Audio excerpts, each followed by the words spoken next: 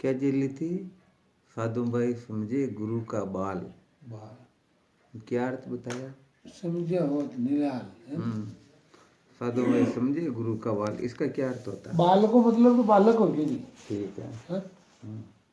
समझे गुरु का बाल यानी वही समझेगा जो गुरु का बालक है या शिष्य है। बिल्कुल ठीक है। हाँ?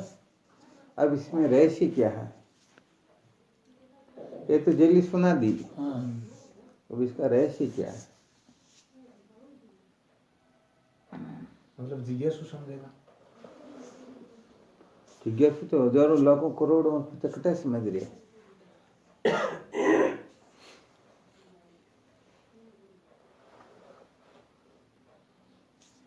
जैसे एक छोटा सा दृष्टांत सुना।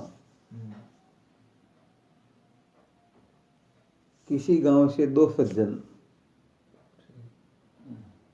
गंगा जी तीर्थ यात्रा के लिए गए। ठीक बात है ना? अब हुआ क्या कि वहां पर स्नान करते तब वहां पर जो भी थे पंडा या जो भी उनके साथ में कुछ संस्कार देने वाले, उन्होंने कहा भाई यहाँ आए तो कुछ न कुछ पुण्य या ऐसा कोई व्रत लो, ऐसा कोई नियम या ऐसी कोई सही तुम तुम्हारे हिसाब से प्रतिज्ञा। तो अब उनमें से एक व्यक्ति स्नान करके गंगा जल हाथ में लेकर के प्रतिज्ञा करता, हे गंगा माता, मैं आपके सानिध्य में आपकी उपस्थिति में ये प्रतिज्ञा करता हूं कि मैंने फलाने व्यक्ति को 10,000 रुपए दिए। कितने?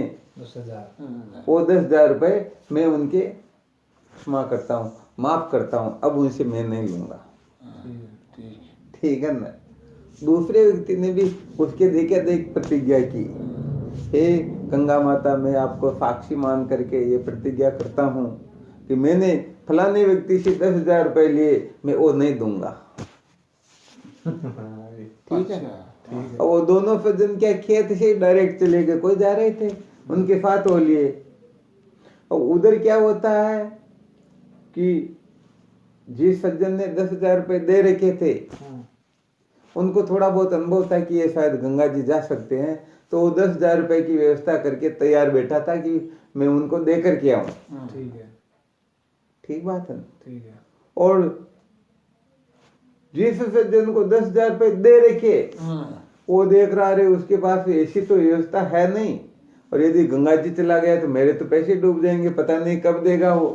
इसलिए वो लेने के लिए आए, परंतु तब तक वो निकल गए। ठीक है।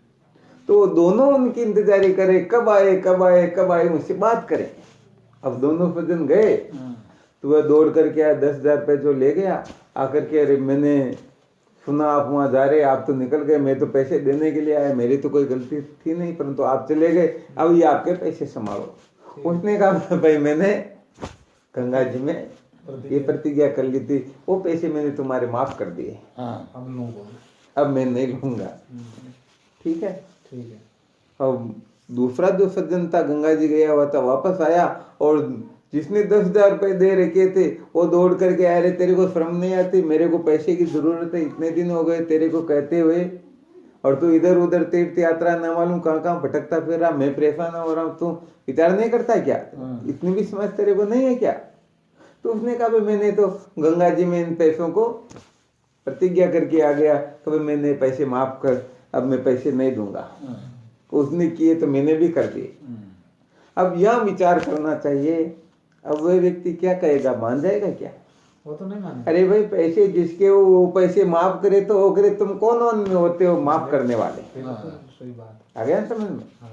तो कहने का मतलब ऐसे करने से पैसे माफ होंगे नहीं, उसको तो पैसे देने ही पड़ेंगे। आ गया समझ में? तो ऐसे साधु भाई समझिए गुरु का बाल, इसका रहस्य ये है, शिष्य तो जानता है ये मेरे गुरुदेव है, परंतु गुरुदेव जानते ही नहीं ये मेरा शिष्य है। गुरुदेव की दृष्टि में शिष्यत्व जागृत हो, आ रहा है समझ में? ठीक बात है।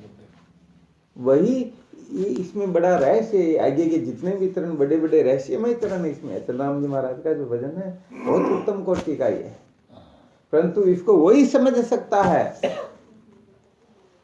जिनको गुरुदेव स्वीकार करे। स्वीकार करे ये मेरा शिष्य है। वरना शिष्य तो हजारों लाखों करोड़ों में भी उनका शिष्य नाम ले लेते कि हम उनके शिष्य, और गुरुजी को पहुंचे तो गुरुजी अरे भाई मेरे को तो पता ही नहीं कौन है क्या है। सही। तो गुरुजी की दृष्टि में शिष्य पक्का हो, शिष्य की दृष्टि तो ठीक है। ठीक तो इस जगह पर वही समझ सकेगा जो सचमुच में गुरु की दृष्टि में हो। गुरुदेव जो है इस बात को स्वीकार करे कि सचमुच में ये अधिकारी है, इसे ब्रह्म साक्षात्कार होना चाहिए, ये विद्या के बंधन से मुक्त होना चाहिए। तो गुरुदेव जिसको अपनाते हैं उनको ही तत्व का साक्षात्कार होता है, और गुरुदेव जिसको नहीं अपनाते वो भले ही 4 वेद 6 शास्त्र 18 पुराणों में पारंगत क्यों न हो जाए, समस्त विद्याओं में पारंगत होकर के भी अंत में रोने पछताने के सिवाय उसे कुछ भी मिलता ही नहीं। आगे समझ। इसीलिए तो उस दिन तो अपना सत्संग चला ना, केवल मात्र उद्देश्य की पवित्रता हो और गुरुदेव की संतुष्टि, ये केवल 2 सूत्र जिसके जीवन में आ जाते हैं तो वही इस भजन के रहस्य को समझ सकेगा। वरना तो सच्ची बात है, करते रहो भजनों के अर्थ, हाँ सही बात। शब्दों के अर्थ तो समझ सकते हो, परंतु शब्दों के अर्थ को समझना कोई बड़ी बात नहीं होती है। ये तो स्कूल में आचार्य प्रोफेसर वगैरह ये भी पढ़ा देते हैं, परंतु इनके पढ़ने से जीवन धन्य नहीं होता। एक कोई प्रोफेसर बड़ा दुखी था, जो दर्शन शास्त्र में वो सब्जेक्टिव भगवद गीता का ही स्वाध्याय करवाते थे। तो किसी महात्मा के पास में चले गए, जाकर के कहा भगवान मैं दुखी हूँ। क्या हूँ? दुखी हूँ, बड़ा दुखी हूँ, कृपा करो, मुझे क्या करना चाहिए? महात्मा ने कहा बेटे दुखी है तो भगवद गीता का स्वाध्याय करो। ये सुनते ही वो चौंक गया। अरे स्वामी जी क्या बात करते हो, आपको कोई शंका हो तो मेरे से बात करो, मैं एक एक शब्द को 10-10 प्रकार से समझा सकता हूँ। मैं कहने का मतलब इसमें बच्चों को पढ़ाने में और इसमें तो मैं 1 नंबर हूँ, पूरा पारंगत हूँ। महात्मा ने कहा बेटे अभी तक तूने जो गीता पढ़ी और पढ़ाई है पैसों के लिए पढ़ी होगी, मान बढ़ाई के लिए पढ़ी होगी, विद्या के बंधन से मुक्त होने के लिए तुमने गीता जी का स्वाध्याय नहीं किया। विद्या के बंधन से मुक्त होने के लिए गीता को पढ़ करके देखो, जीवन धन्य न हो तो फिर हमारे से बात करना। तो कहने का मतलब बड़ी उलझन है, लोग इस जगह समझते ही नहीं है, वो आकाश पाताल को एक करने में लगे रहते हैं, परंतु जो मूल मर्म है, जो मास्टर चाबी है, जो ब्रह्मास्त्र है, उस ब्रह्मास्त्र की ओर ध्यान देते ही नहीं। बेचारे केवल मात्र गुरु दीक्षा लेकर के समझ जाते बस हमारा जीवन धन्य हो गया, कुछ भी फायदा होने वाला नहीं है। ऐसे 1 नहीं 1000 नहीं लाख नहीं करोड़ गुरु बना लो, परंतु जब तक गुरुदेव स्वीकार न करे, मंडक उपनिषद का मंत्र तो यहाँ तक कह देता है कि नायम आत्मा प्रवचने न लभ्यो न मेद्या न बहुना श्रुते न एमे वेश वृणुते तेनम लभ्यते आत्मा विवृणुते तुम स्वाम है। ये आत्मा न तो प्रवचनों से प्राप्त होती, भले ही 24-24 घंटे कोई प्रवचन देने की कला सीख ले, फिर भी ये आत्म तत्व प्राप्त होने वाला नहीं है। न मेद्या न बहुना श्रुते, न मनन करने से, न बहुत सुनने से। लोग जीवन भर सुनते रह जाते हैं, जीवन भर सुन करके भी क्या रहते, बेवकूफ रह जाते हैं, समझते ही नहीं है। आपको सच्ची बात बताते हैं, पुष्कर में दयानंद सरस्वती जी महाराज जब वेदांत का स्वाध्याय करवाते थे ना, तो वहां पर जन्म से बच्चे जिनको माता पिता, आजकल की बात कुछ और, पहले के समय में यदि 2, 3, 4 संतान होती तो एक संतान को निश्चित रूप से संन्यास दिलवाते थे, साधु बनाते थे। कहते कि हमारे कुल में यदि एक भी हो जाए तो भागवत के अनुसार कहते हैं 108 पीढ़ी का उद्धार हो जाता है। तो एक भी यदि भक्ति या संत हो जाए तो बात कुछ और हो जाती। ऐसी पहले लोगों में ऐसी मान्यता थी, सत्य भी थी। तो जन्म से ही साधु बना देते थे। जन्म से का मतलब बच्चा माँ का दूध पान करता तब तक ठीक है, और जैसे ही स्तनपान का त्याग करता और उसे बड़े बड़े महापुरुषों के आश्रम छोड़ करके आ जाते, वही उनको बड़ा करते थे, सब कुछ होता था, पढ़ाना लिखाना सब कुछ। तो कहने का मतलब ऐसे बहुत सारे साधु जो जन्म से साधु बने हुए थे और निम्ब वर्ष जिनकी उम्र हो गई थी, वो जब वहाँ पुष्कर में दयानंद सरस्वती जी महाराज के वहाँ अध्ययन करने के लिए जाते थे, और जब स्थूल शरीर की प्रक्रिया का वर्णन करते थे, 5 तत्व 25 प्रकृतियों का वर्णन करते थे, ज्ञानेन्द्रिय कर्मेंद्रियों का वर्णन करते थे, तो निम्ब वर्ष के साधु खड़े होकर के कहते स्वामी जी ये ज्ञान इंद्रिय क्या होती है, कर्म इंद्रिय क्या होती है? आप कहते हो 10 इंद्रियां होती, इंद्रियां 10 कहाँ होती? केवल एक होती है। अब विचार करके देखो, कोई ये सोच ले इससे काम चल जाएगा। अरे तो जीवन भर साधन भजन किया, जब तक किया, वो तीर्थ व्रत किया, पूजा पाठ किया, सब कुछ किया, बताओ उन्होंने ब्रह्मचर्य का कम पालन थोड़ी किया जीवन में कभी भी, पालन किया था जीवन। परंतु अभी तक उनको ये भी पता नहीं कि ज्ञान इंद्रियां क्या होती, कर्म इंद्रियां क्या होती है। सही बात। तो सच्ची बात तो वास्तव में यही है। बहुत सारे शास्त्रों का स्वाध्याय करो, बहुत सारी सत्संगें सुनो और बहुत सारा जितना चाहो उतना मनन करो, परंतु जब तक गुरुदेव स्वीकार नहीं करते हैं, गुरुदेव कृपा नहीं करते हैं, गुरुदेव जब तक कि ये शिष्य बंधन से मुक्त होना चाहिए ये नहीं करते हैं, तब तक साक्षात भगवान नारायण या ईश्वर मिलकर के भी उसे मुक्त नहीं कर सकते हैं। गुरु कृपा ही केवलम शिष्य से परमम मंगलम, ये विलक्षण बात लोग इसको समझते ही नहीं। इसको समझे बिना जीवन धन्य नहीं होता, ये असली ओरिजिनल बात है। तो इसलिए साधकों का केवल मात्र एक ही सूत्र होना चाहिए, केवल मात्र ब्रह्मवेत्ता महापुरुषों की प्रसन्नता, क्योंकि वो ही वर्ण करेंगे कि इस साधक को जन्म मरण के बंधन से मुक्ति, वरना सवाल ही नहीं है। चलराम जी महाराज का वो भजन कितना प्रसिद्ध है, कौन से वाला?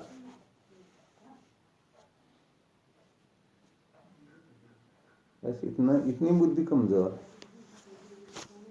कौन सा सत्संग करने का मुझे नहीं, शरण आए पड़ा। त्यागी होकर वन वन डोले, चित्त चंचल नहीं थाई, व्यास पुत्र सुखदेव कहिए जनक मिल्या पत आई, मन रे गुरु बिन कोई नहीं पाई, स्वयं कर्म भरम नहीं भागे, संशय रहे उर्माई।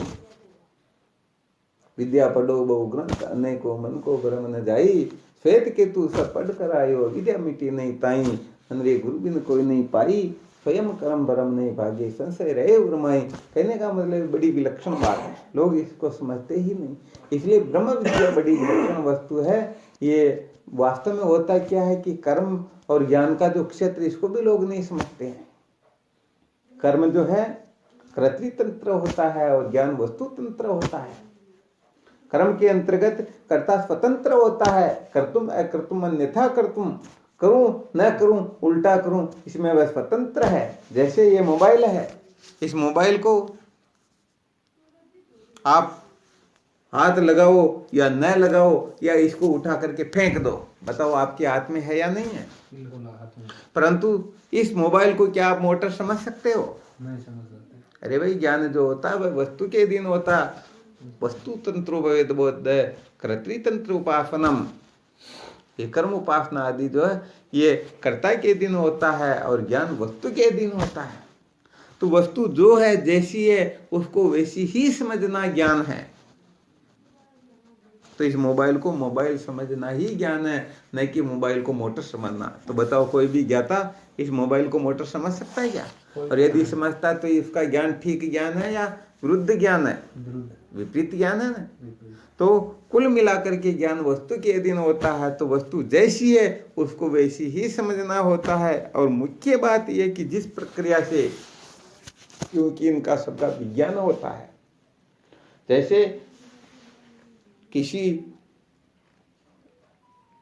भी वस्तु का स्वाद चखना हो तो जीभ से ही चखा जाएगा, देखना हो तो आंखों से ही देखा जाएगा, सूंघना हो तो नाक से ही सूंघा जाएगा। ये नहीं कि नाक का काम आंख और आंख का काम जीभ कर लेगी, कर सकती क्या? नहीं कर सकती। तो ऐसे ही ये ब्रह्म तत्व का ज्ञान जो है ब्रह्म के अधीन ही है। अतः ब्रह्म को जैसे जानना चाहिए वैसे ही जानोगे। अब इसके लिए महाराज बड़ा विलक्षण मंत्र है, प्रेक्षे लोकान कर्म चित्तान है, ब्रह्मणो निर्वेद माया नास्त करता करते न तद विज्ञानार्थम स गुरु मेवा भी गच्छेत स्मित पाणी स्वते ब्रह्मनिष्ठम। ये विधि है। अब इस विधि से जो गुरुदेव की शरण में जाते हैं, उनके बाद में गुरुदेव के संबंध में बैठे तो उनको अविद्या के बंधन से मुक्ति प्राप्त होती है। और नहीं बैठे तो ऐसे हजारों लाखों करोड़ों आते, वो किसी की परवाह नहीं करते, किसी की गुलामी नहीं करते। सही बात है। ठीक है ना। तो विशेष बात यही है कि शिष्यत्व, जिनमें शिष्यत्व दृढ़ होता है, पक्का होता है, वे ही इस तत्व का अनुभव कर सकते हैं, बहुत प्राप्त कर सकते हैं। वरना तो आपने खूब सुनी रखा होगा, हर बार सुनाते ही रहते हैं। काशी में वेदांत के 500 आचार्य थे, आज से 100 वर्ष पहले की बात है, 60-80 वर्ष पहले की तो है ही है। 500 वेदांत के बड़े बड़े आचार्य। आजकल तो बात ही अलग है, भोग प्रधानता की थोड़ी अधिक हो गई, पहले तो समय अलग था। 60-80 वर्ष पहले तो बिल्कुल इतना रजोगुण तमोगुणी वातावरण नहीं था। उस समय में भी काशी में कम से कम 500 वेदांत के आचार्य थे। तो अखंडानंद सरस्वती जी महाराज को किसी ने पूछ लिया, भगवान काशी में 500 वेदांती के आचार्य, इनमें वेदांती कितने हैं? तो कहा इनमें से एक भी वेदांती नहीं है। विचार करके देखो, अब हमारी क्या औकात हो सकती है उनके सामने। फिर भी हम तो पागल होकर के फूले फूले फिरते, हमारे जैसे संसार में कोई नहीं है। सही बात तो वो वेदांती के आचार्य हो सकते हैं, वेदांती नहीं। वेदांती तो कोई कोई महापुरुष ही होते हैं। वेदांती के जो आचार्य होते हैं वो एक शब्द को अनेक प्रकार से समझा सकते हैं, परंतु वास्तव में वो वेदांती नहीं होते हैं। तो भाई सत्य बात तो ये है, साधो भाई समझिए गुरु का बाल, गुरु जी से समझ ले ये मेरा बालक है, ये मेरा शिष्य है, ये विद्या के बंधन से मुक्त होना चाहिए, बस उन्हीं का जीवन धन्य होता। इसीलिए तो गुरु गीता में तो यहाँ तक बता दिया, ज्ञानम बिना मुक्ति पदम लभ्यते गुरु भक्ति तक। गुरु भक्ति से बिना ज्ञान के भी बंधन से मुक्ति प्राप्त हो जाती है। अभी ये रहस्य बड़ा विलक्षण है और किसी के समझ में नहीं आता। नहीं आता, सही बात है। ठीक है ना। तो ये चलो जेली का हो गया, अब लंबा चौड़ा तो क्या करना, इतना ही खूब है, और आगे करो चर्चा।